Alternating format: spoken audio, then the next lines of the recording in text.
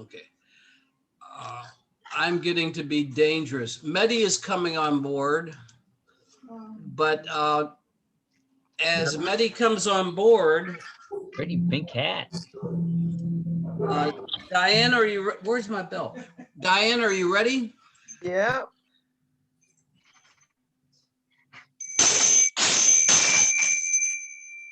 Rotary model. Service Please stand, put your hand over your heart, and join me in the Pledge of Allegiance. I pledge allegiance to the flag of the United States of America, to the republic for which it stands, one nation, under God, indivisible, with liberty and justice for all. All right. Please join me in a moment's silence.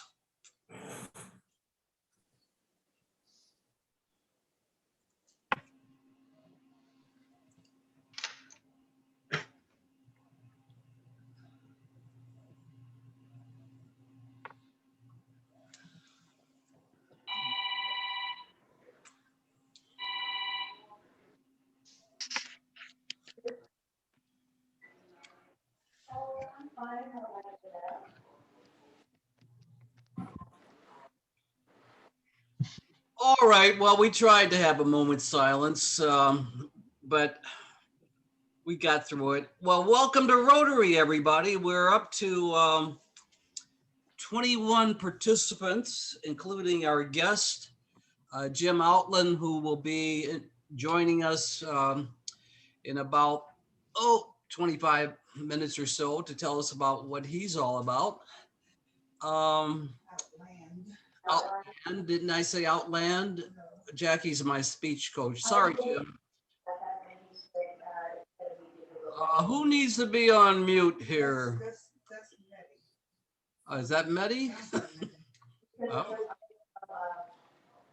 I'll mute myself. I'll mute you, Medi. There you go. Okay. A few announcements. We're recording the meeting, of course. Okay. Who called somebody, and who would like to talk about who they called? Well, I'll kick it off, Bill, since I'm the culprit for getting this thing going. I spoke with Bruce this morning. He and his family are doing well. He hasn't been a participant in the Zoom meetings because he doesn't seem to feel like we can fluently have discussions and, with the technology and stuff. So, but he's doing well. He's doing well. He wishes, he offered his best wishes to us and said as soon as we get to meet again in person, he'll be ready to go. Very good.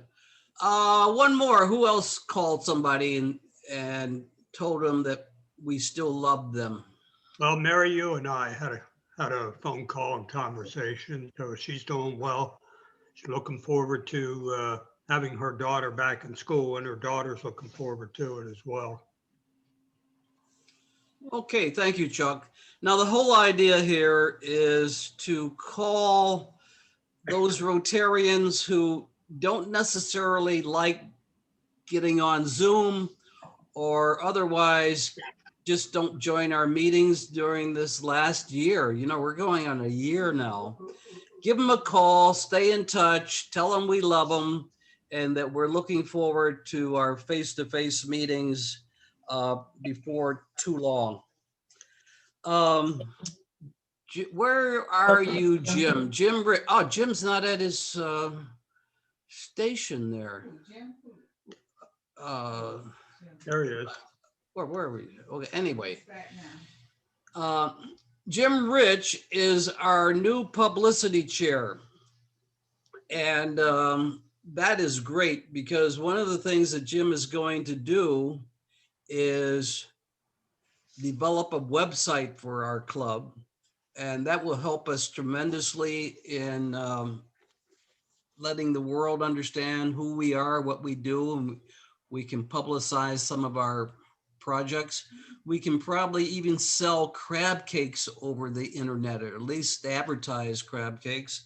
So that's a good thing. So if you see Rich on the street, give him a virtual hug or elbow hug, and we thank you for that.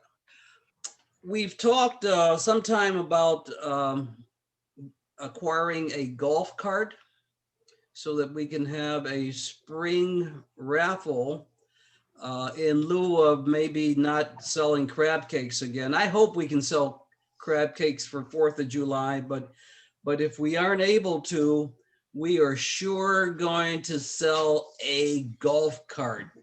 Going to raffle off a golf cart. We the people at Bay Creek have arranged for us to have a $4,200 golf cart free of charge. It's ours. And in fact, we should have it in a week or two. And Randy Diamond is going to crank up the raffle machine again. And we will be raffling off this golf cart. Don't have the details yet. Randy and his team will figure it out, but we will be selling raffle tickets. We'll be promoting the raffle up and down the Eastern Shore. And I expect we're going to raise a ton of money to do good in the neighborhood. And that's what it's all about. So if you think you can support Randy in his effort, give him a call, and you guys can work out what your role will be. But I'll tell you, every Rotarian's role will be to sell tickets. Everybody's a salesperson.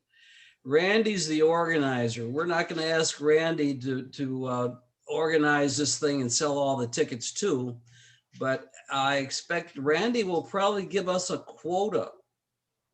Every Rotarian will probably be responsible for X number of tickets. But I think if the tickets are priced right, little kids can sell them. In fact, we might give some to little kids to sell for us. That's an idea. All right, be thinking about service projects. I know it's hard when it's cold out. And oh, Jim, while you were, I don't know where you went, Jim, but we announced that you were our new publicity chair, and we welcome you in that role. Jim is an old Rotarian. I think Jim's been a Rotarian for about 25 years, but he's new to the Cape Charles club and has really given us a boost. So thanks again, Jim. Now, we do have a project that Robert Church has got ready to go. We're going to paint fire plugs. We're going to start in Eastville, and then we're going to move on to Cape Charles. But anything you can think of that would help our community, bring it forward, and we probably can do it. One of our projects is our district grant, and our district 3 club district grant this year was to renovate a building at the Randy Custis Memorial Park.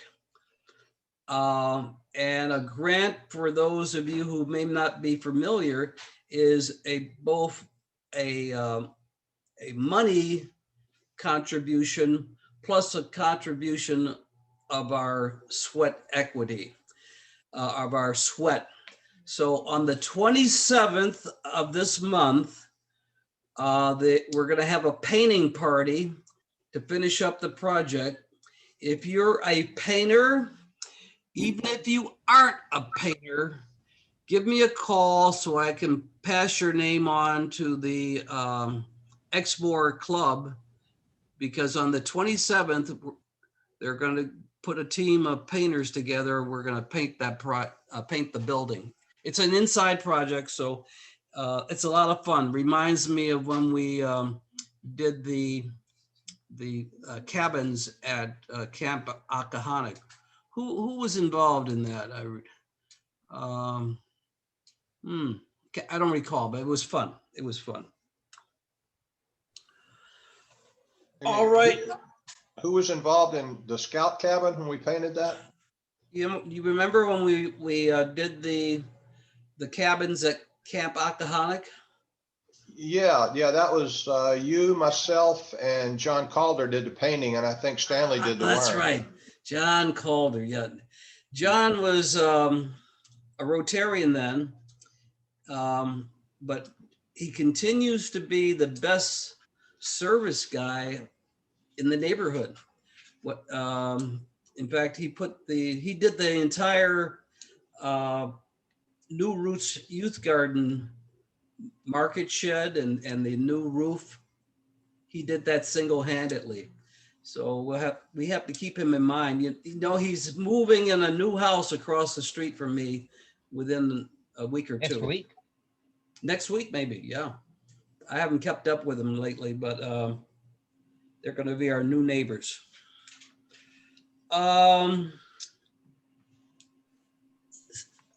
Chuck is doing an outstanding job identifying speakers for our program, but he can always use some help.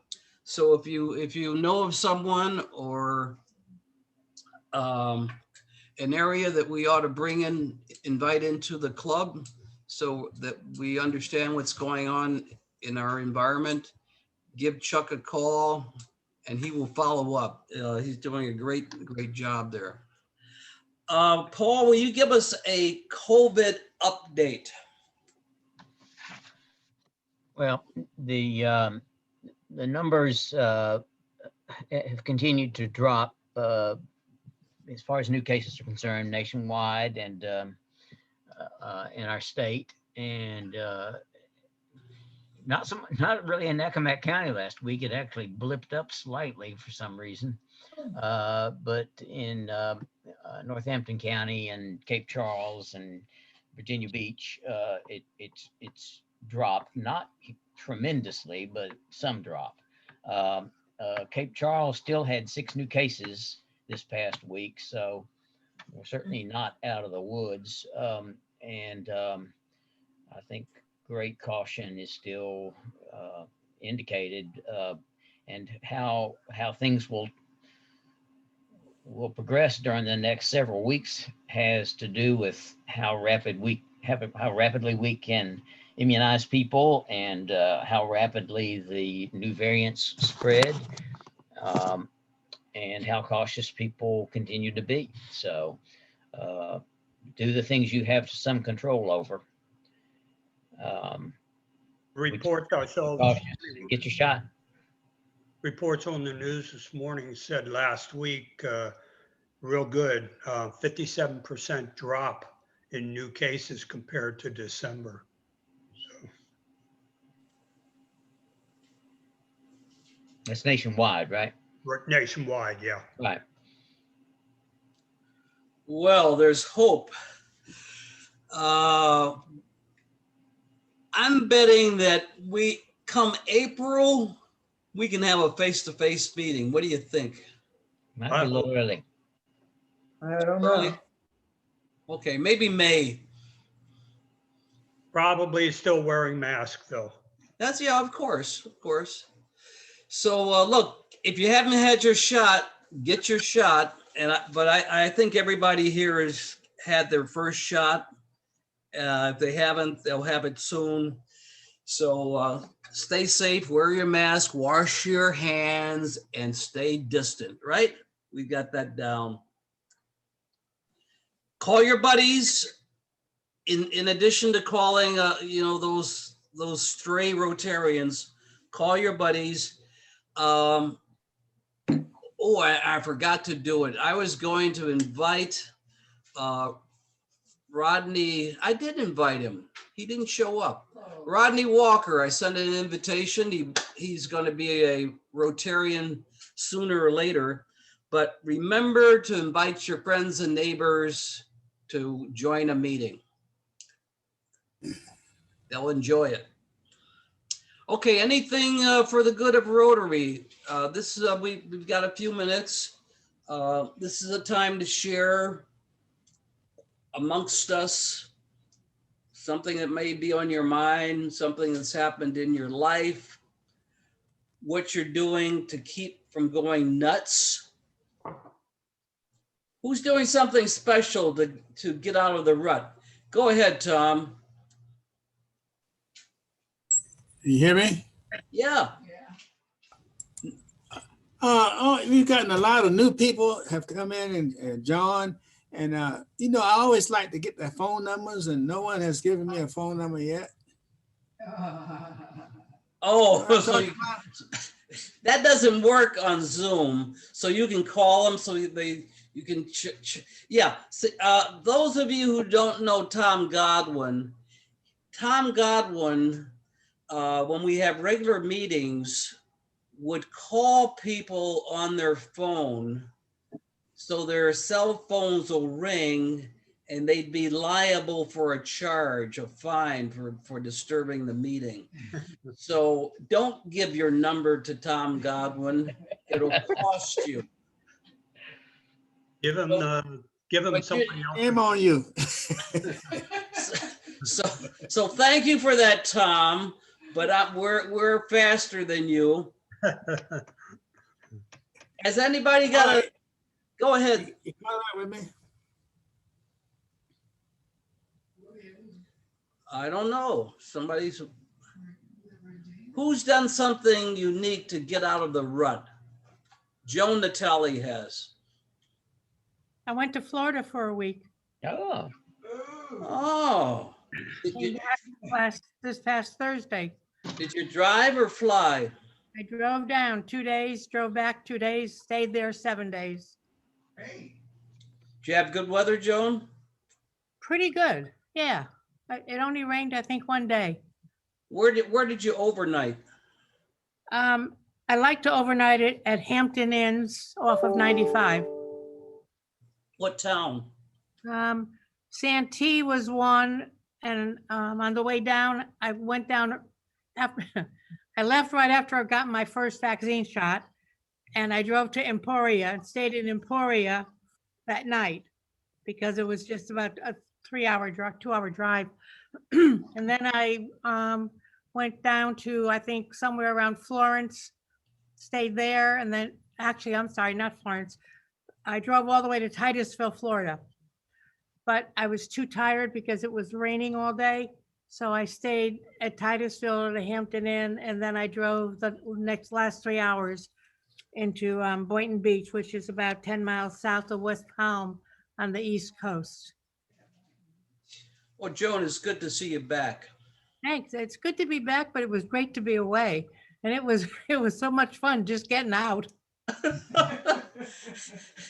Hey, Bill. Yes, Chuck. One of the things I've been doing actually the last couple of years, but especially with the COVID lockdowns, when my mom passed away, she had well over probably close to 2,000 photographs, old photographs. Some of them she had in old beat up albums that were kind of deteriorating the picture. Her last 10 years had Alzheimer's disease. So I spent for a couple of years going up on weekends, going through the pictures with her because I didn't know who a lot of the people were in them. They were that old. So before her memory was completely gone, I sat with her and had her tell me who's in the picture, about when it was, and so forth. So I spent a year working with her with that. And for this year particularly, I've been scanning in all those pictures and uploading them to Shutterfly for the family to have full access to them. Some of those pictures go back to the 1800s, like with my great grandparents and so forth like that. So one thing working in genealogy, you always hate to see is somebody's family album or old pictures and nobody knows who it is. And you end up throwing it out and you're throwing away some of your family history. So maybe consider grabbing the hold of all those old pictures. And if you have relatives that know who they are and you're not quite sure, just sitting down and having a little talk with them and annotating your pictures and remounting them in new albums and scanning them in electronically, because they're going to continue to deteriorate over time. But if you save them as an image, they'll last forever. That's tremendous. Stanley, how are your bees? They're doing very well, as a matter of fact. All 4 hives are still popping, and they were bringing back this orange propolis all last for the beginning of the week, anyway, over the weekend and up till today. But they're doing very, very well.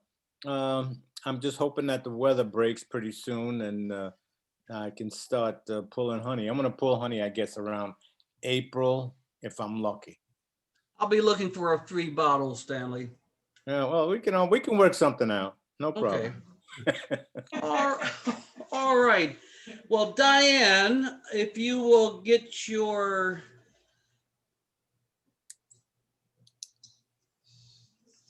what time is it, folks? It's happy dollars. And Bill Murphy has his hand up right away with a happy dollar. Well, I just want to get this in quick. This coming Saturday or Sunday, rather, my wife and I have been married for 50 years. And so I've got 50 happy dollars for that. And since it's going to the charitable fund, I'd like to see that go, to the foundation, if that's not too much trouble for Paul. But yeah, I've got 50 happy dollars for that. Of course, if you're wondering, yeah, I did get married when I was really too young, but yeah. And they got married on Valentine's Day.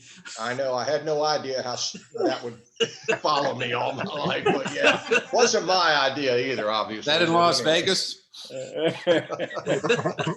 By Elvis. Well, that is a new watermark of $50. I don't think we've ever had a $50 happy dollar. So will everybody get the word to John Burtis, because I know he will try to top that. Yes, absolutely. I'd like to put in 15.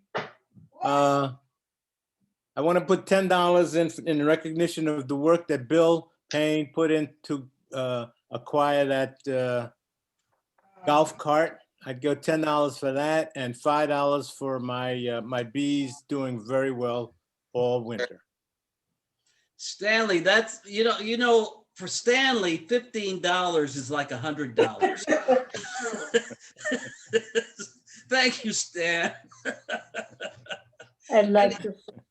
Meddy's got a happy dollar. Yeah, I'd like to put $5 for Mary Yu. She finally had her citizenship swearing in today. So she's a full-fledged US citizen. All right. Thank you, Meddy. I didn't tell you because I was starting to look stupid. The last time, Meddy, we said that Mary would be a citizen. It didn't happen again for some reason, but it finally happened today. So give Mary a call. I'm sorry she wasn't at today's meeting, but Mary is officially a U.S. citizen. Any other? Well, I'm going to have 10 happy dollars for that. I was planning to only do $1 because I think you were getting out of control here with these happy dollars. But Mary is such a dear person, and I know she's been disappointed at least twice over there at the court. So $10 for Mary's becoming a U.S. citizen. I can always take 14 out, Stanley, once it's in, it's in.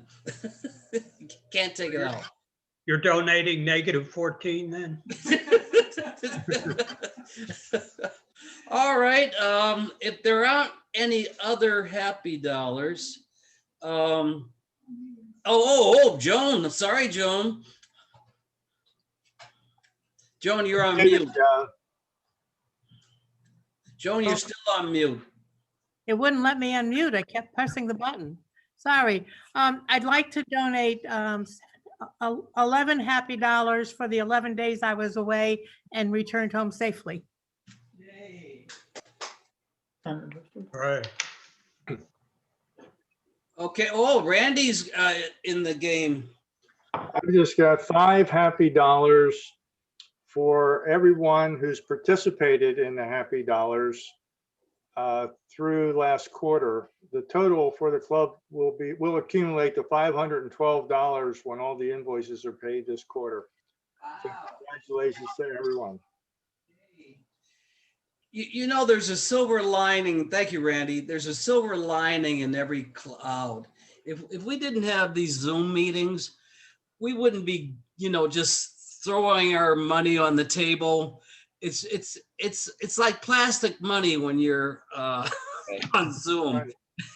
You just $10, $15. So don't get used to it, Paul. When we go back to regular meetings, it'll be a single dollar. Jackie will try to give 50 cents. That's all we carry in our wallets, just a few dollars. So look, Jim Outland, are you ready to talk with us? Yes, sir. Well, let me tell you what, Jim. I'm going to ask Chuck, who is a biker and who organizes our meetings. I met you briefly at the Board of Supervisors meeting, but Jim, Chuck has actually, I think, talked with you and gone back and forth. So, and he knows a little bit more about you. So Chuck, why don't you do the proper introduction of Jim, and then Jim, you add what we've left out, and then we'll muddle through this if technology. But Chuck, go ahead and tell us about Jim. Well, Bill Payne actually brought Jim's name to my attention, and immediately perked my interest, because the whole thing had to do with this project called Rails to Trails. And it's a nationwide effort to take old abandoned railroad right-of-ways and convert them into trails for biking, for hiking, for walking your dog, for jogging and so forth like that. There's actually a nationwide effort right now to make a single continuous bike trail from Washington, D.C. all the way across the country to west of Seattle, Washington, and right on the Pacific coast. And there's a lot of bike trails all intermixed in there that were former railroad right-of-ways in a lot of cases. And it's just a matter of linking them up with other short pathways.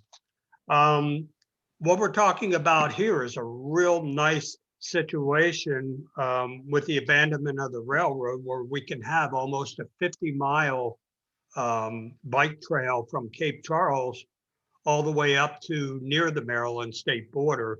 I think just south of Hallwood, but Jim will get into that.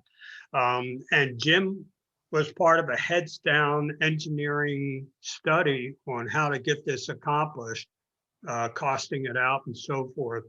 And I think he may even talk to us a little bit about how that's going to attract even more visitors to our area, and could be a real boon to the two counties in Virginia on Eastern Shore here, as far as vacationers and bringing in some revenue for people here. Jim, I'll let you pick it up from there. Great. Thank you, Chuck. And again, I'm thrilled to be here with y'all. I've got a couple of notes and stuff, but that was a very good segue and setup, Chuck. So hey, Jim, can you tell us a little bit about yourself before you start? Yes. My name's Jim Outland. I'm the general manager of Canoni Atlantic Company.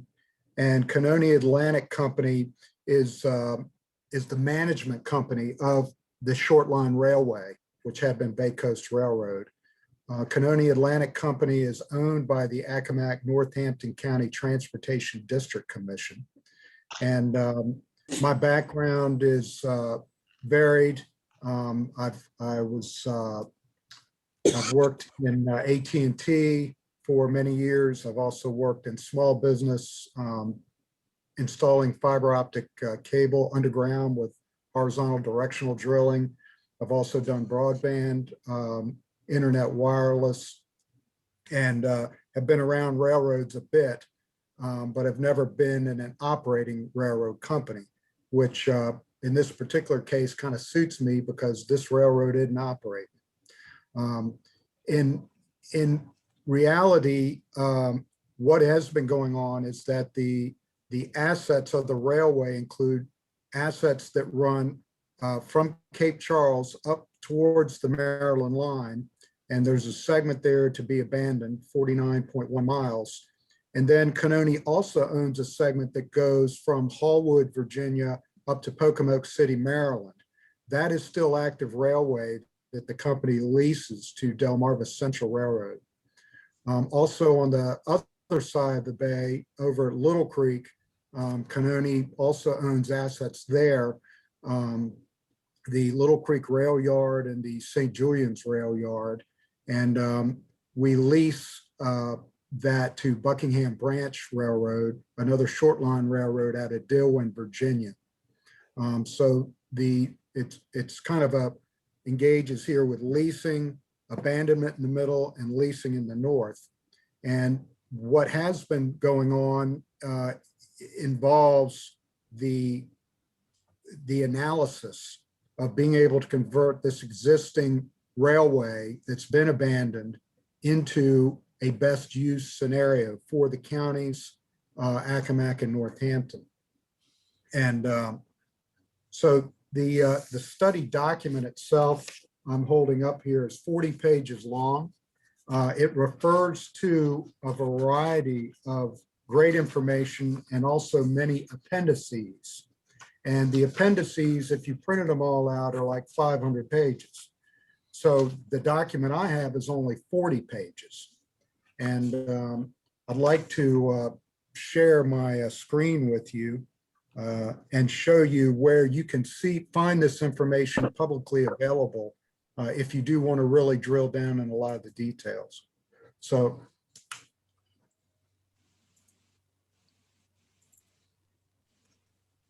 hopefully y'all can see the VDOT webpage I'm pushing.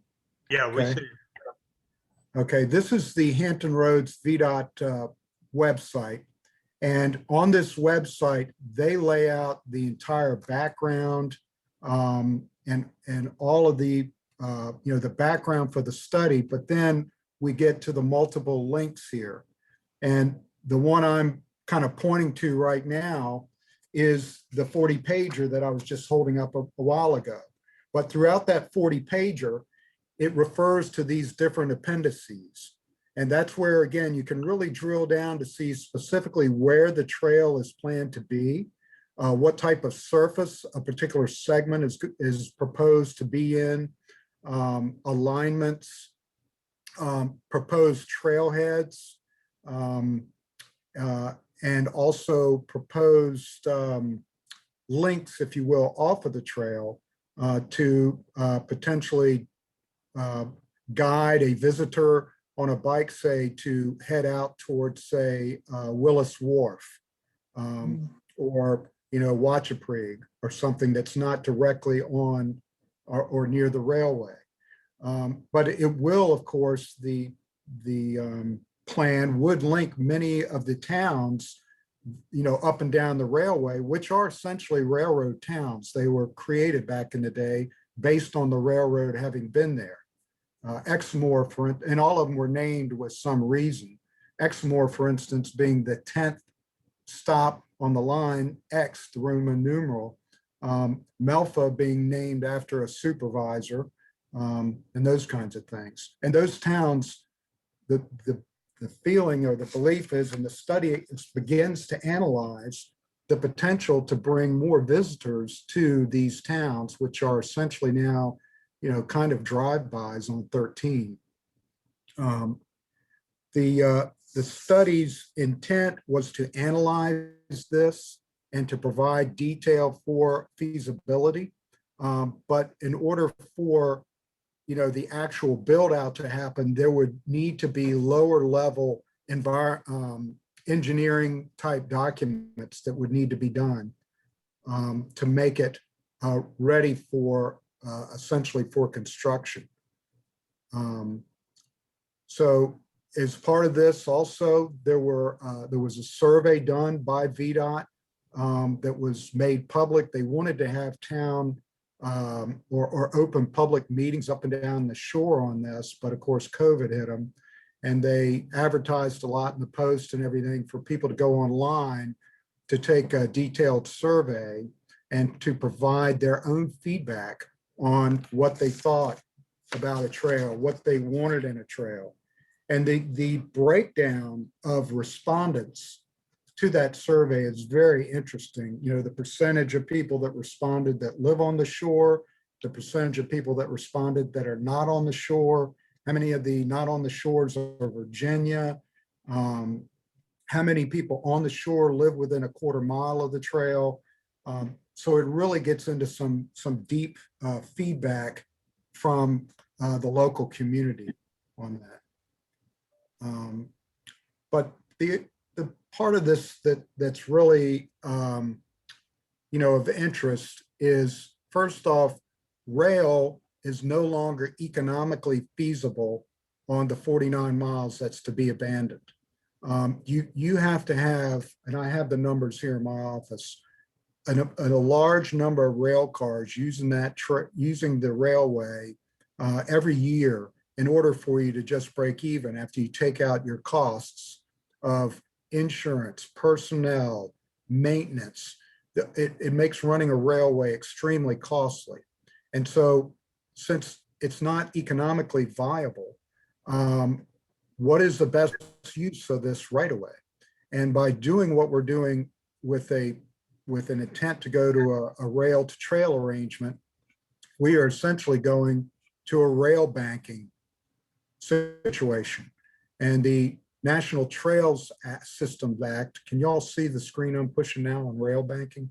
That legislation enabled the ability to essentially have that corridor in a bank, if you will, for future use for rail, if that use ever, was deemed appropriate. It could be a maglev train 50 years from now or something, likely way after I'm here. But, that to try and put that right away back together again in today's world would be extremely expensive and would almost be impossible to do.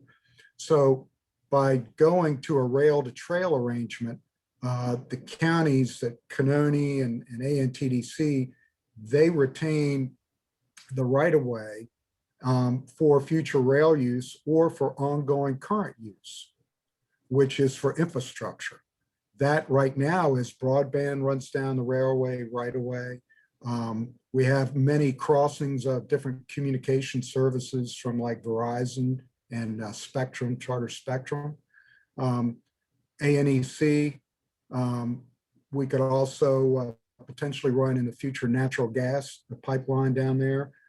There has been discussions with HRSD about running a sewer line down there. So by maintaining the right of way, it becomes very advantageous for the ongoing, use of the shore and benefit of the shore. So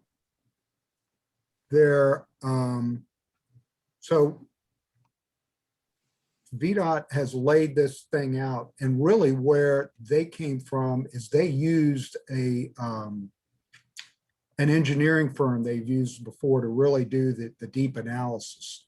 And a lot of the inspiration for their analysis is what's known as the Virginia Capitol Trail. And the Virginia Capitol Trail is an existing partially rail trail that runs from Richmond down to Williamsburg. And I don't know if any of y'all have ever been on it, but it's a very nice trail. And I'm pushing the website here. You could Google it sometime if you want to take a look at it. This is more their out front marketing piece to visitors, this website. And it gives more information for bicycling and highlights of the trail. And it shows where the trail runs along the James River. And so it would provide a potential visitor with plenty of information about, things to do, places to stay, that kind of thing. And so for, our business community, something like this might be very good on the shore to, help guide visitors. Maybe the Tourism Commission would run with something like this. But in addition, and this is the same situation that the Eastern Shore would have, is once you build this, and I'll talk about that in a second, how do you operate and maintain it, and who does? And that's expense, that's a cost, that's money, right? And so that's a question that's going to have to be determined. But one thing the Capitol Trail does is, thankfully, because they're in Richmond, where there's a lot of interest, and there's more available money. They've created a Capitol Trail Foundation, and the foundation exists to protect, promote, and enhance the trail, serve as a resource, community builder, and connector, right? And so at their website, which you can also look up, Virginia Capitol Trail, they've got a real nice little video about the trail. It's really, really nice. And they have lots of information about trail events and things that are going on there, and public service projects that folks have done. And they have news and updates. And they also, I wanted to highlight, of course, they've got big corporations there that are sponsors and partners in helping the trail, be successful. So the other aspect of this is this study that I showed, that lays out alignment, concept. It even gives a ballpark high-level cost, and the cost is significant. And I look at it as like the way an elephant eats a mouse, right? Bite at a time. So I'm thinking that at some point with funding, this thing could be done in phases, but that's just, me. The big issue is trying to determine funding and how it would be funded and who would fund it. Something of this size, speaks to the state. And I know the state of Virginia is interested in rail trails, healthy living concept for people. It does draw visitors. It helps spur economic activity. And in the governor's most recent budget, there's $5 million allocated for rail trails over 35 miles long, of which this would qualify. Now, whether that money would be used for the more detailed engineering design or other needs to promote or move the trail along, that would remain to be seen. But that's part of what makes this an evolving story. We've got a very good first start with the study, but it's going to take time for this thing for the funding to be determined and for a build out to happen. Part of what I initially pushed at the publicly available site here is in the plan, they broke out segment summaries, and they broke this thing up into 4 different segments. And I've got a couple of them here. Segment 1, Cape Charles to Nassawattix, right? They run another one from, for instance, Only up to Bloxham. And they've broken out costs, right? So for instance, Cape Charles to Nassawattix, it's 18 miles. They plan for 4 trailheads, and they're talking $12.1 million, right? So that's going to be where we will be, with some questions that will continue to evolve over the next year or so.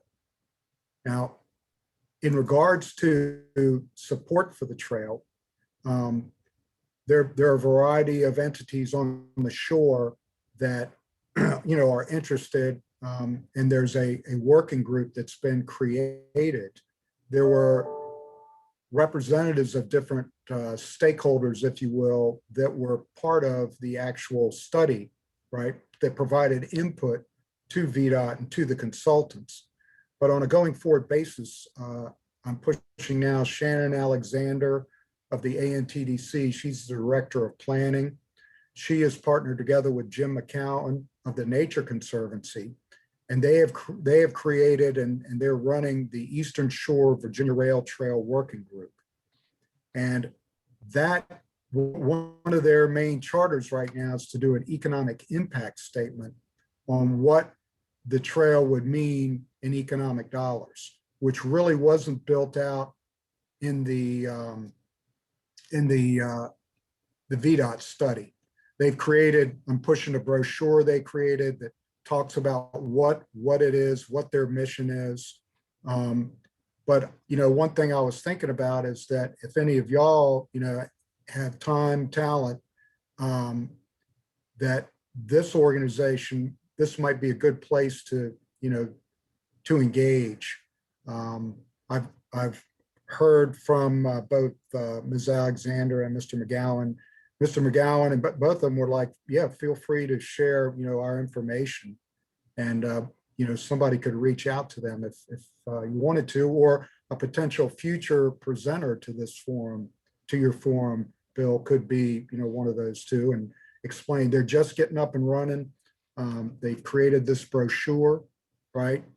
They are also looking at the Capitol Trail, right? That like they did it around Richmond is something that's very inspirational for what we could have here on the shore. So let me see. I got, so here's just the breakout I was holding up a minute ago. This is the Cape Charles to Nassauatics. They break this out into very short, maybe 3 or 4 pages per breakout, giving you the high level, or no, it's a 1-pager.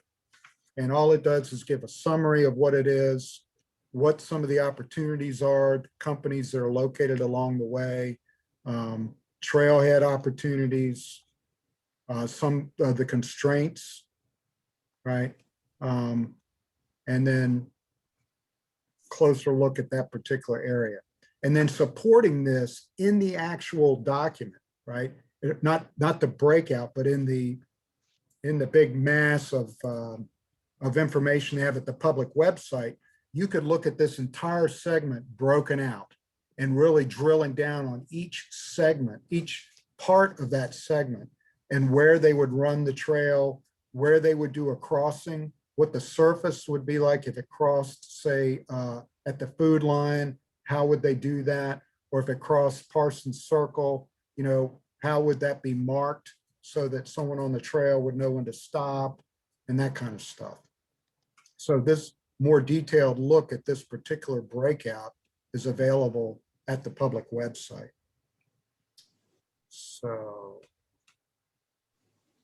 I think here's Nassauatics to Eastern Shore Community College.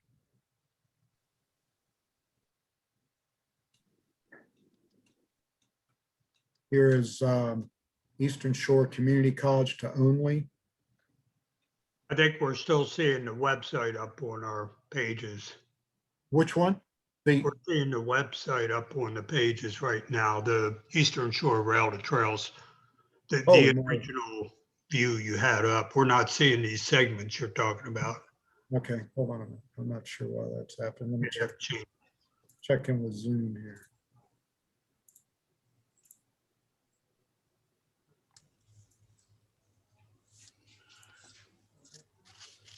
Okay, so let's do it this way. Here's what I was just, can you see it now? Yeah. Yeah. Okay, y'all should have hit me up earlier on that. Here's Cape Charles to Nassauatics, 18 miles, 4 trailheads, 12.1 million. Here's Nassauatics to Eastern Shore Community College, 12.5 miles, 1 trailhead, 6.6 million. They got another one, Eastern Shore Community College to Only. They even foresee people commuting to the community college along the trail. And then Only to Taylor Street south of Hallwood. That's where our northern lease begins with DCR. So did y'all see the working group information? Could you see that, Bill? No. Good Lord. All right, I've been talking and y'all haven't been seeing what I'm showing. So let's see. Can you see it now? Yeah, we see it. Okay, good. All right, so you got that. All right. Did you, and I have all this, I can email it to you if you want. Links and all, Bill. Yeah, if you, if you would, certainly send it to Chuck, yeah, Okay. and he'll run with it because he wants to get on the trail. Yeah, well, I had something special for Chuck, so let me give that. Hopefully, hold on a minute. Let me make sure you get that. Coming to you, Chuck. okay. Let me know if you can see bike-friendly places on the Eastern Shore. We Yeah. got, Yeah. Okay. This was put together by Mr. George Mapp. And you, as a biker, you might really like this. I mean, he's really drilled down here. Oops. oh yeah, On every great little bike-friendly, byway on the shore. yeah.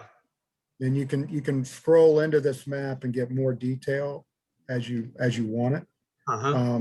He gives the caveats about tall grass, ticks, and chiggers. Don't stop in the summertime. Don't stop on the seaside in the summertime, or they'll pick you up and carry you away. The bugs. Even defines what the seaside is and what the bayside is for those that are not as familiar. It's funny how familiar you get with every little divot, every little dead skunk in the road. And Yeah. I think Machipungo was the Native American word for mosquito. yeah, it was. So really just some good info there, and a good thing too, a link to have if you have guests visiting that are also interested in biking, and they want to go out on their own. Just plenty of stuff there. And I could see something like this being foundational for, that kind of marketing website. Jim, could you scroll up to that tree covered trail? I think Yes. it was one page up. That's the southern Yeah, right there on the left. Yeah. Shady stretch of the southern tip bike and Right. hike trail. One of the things that I'm glad to see in the study that you did, I used to ride the W&OD quite a bit. Right. And a part of that trail looked like this. And the trail that runs from Cape Town down to Kipta is tree covered like this. That presents a pretty high maintenance problem because the roots of the trees grow under the asphalt and it starts heaving up the asphalt. You get a little wind, a little storm, the fall comes and the leaves and the branches are all over the bike trail. The good thing that I saw with the study you did was clearing away a lot of the trees from the prospective bike trail and leaving it more open. So hopefully that means you won't have as high a maintenance issue with that trail. Yeah, those are some of the considerations.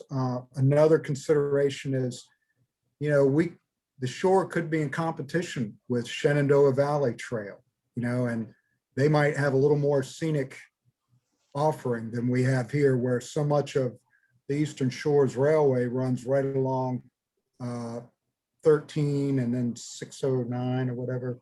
Yeah. I think there are 30 miles of the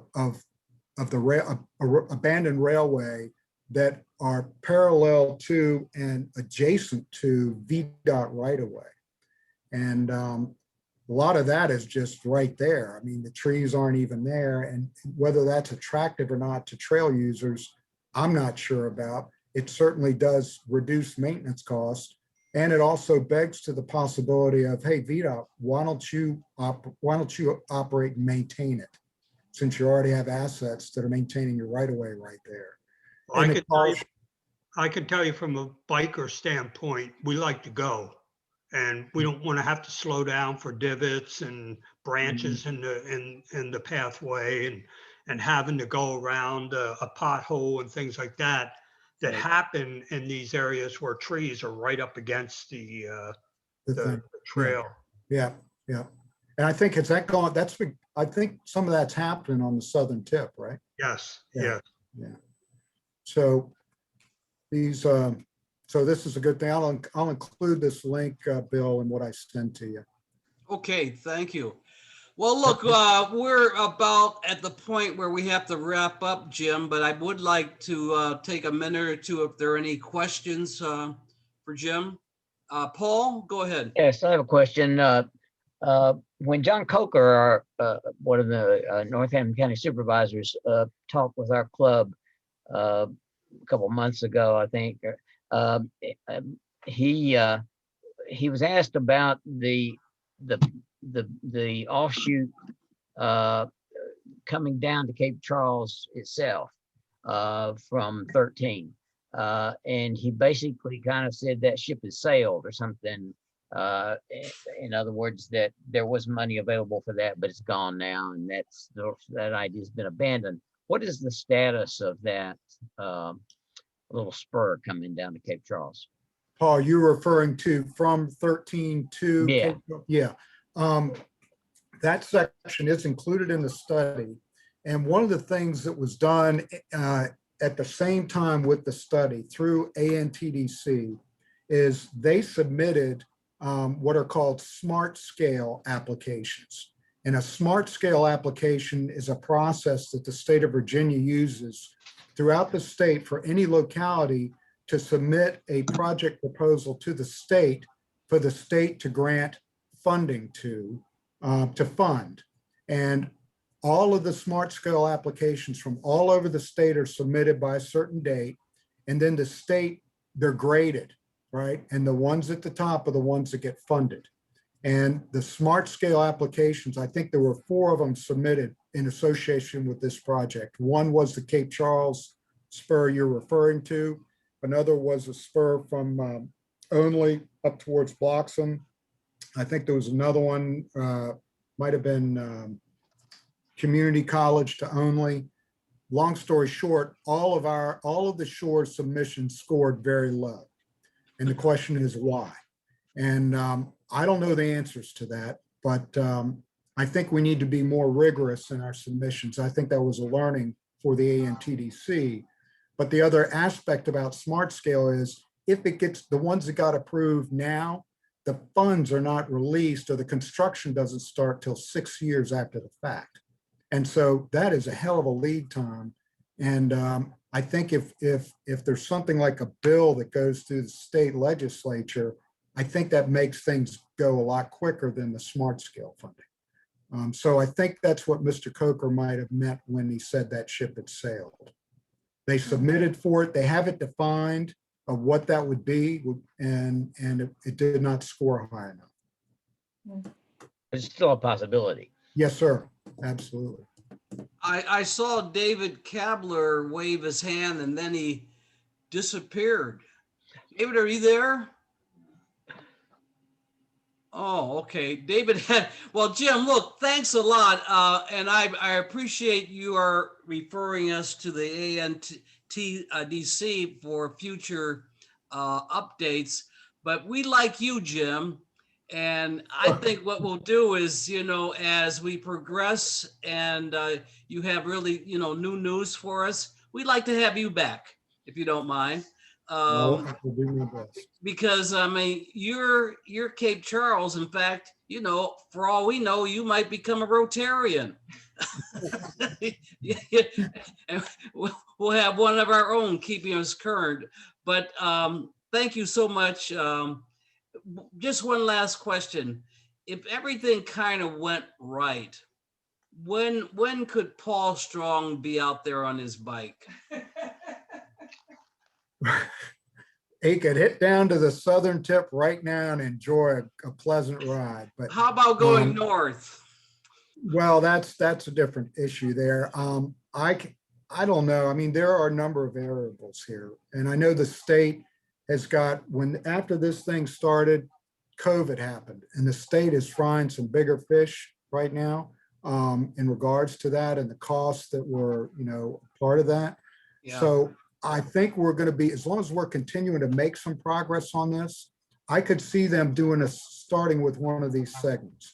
Maybe if HRSD with the sewer line happens, it just makes sense since you're already going to put it in a sewer line and you got that segment of the railway opened, pave that section. And that could be Nassauatix to, I think they're talking to Nancock, right? And that way you're only performing surgery once and you're saving the costs. Yeah, makes sense. So we'll see. Well, Jim, thanks again. And we look forward to seeing you again. Okay, thank you all. Bye. Thank you, Jim. Diane, Diane, that's queuing you up. Okay, with regard to what we think, say, and do. 1, is it the truth? 2, is it fair to all concerned? 3, and 4, will it be beneficial to all? We have fun. And Stanley, you jumped the gun. That wasn't me. That wasn't me. Oh, it was okay. Well, Stanley. Now, thank you. Will we have fun? And before we sign off, once again, let's thank Diane for all she does to keep this thing organized. So Diane, You're welcome. Thanks, Diane. Okay. Thanks, Diane. Is there a face behind that? I mean, we never get to see your smiling face. That is my smiling face. Come on, man. All right. Take care, everybody. Bye-bye. Bye. Bye.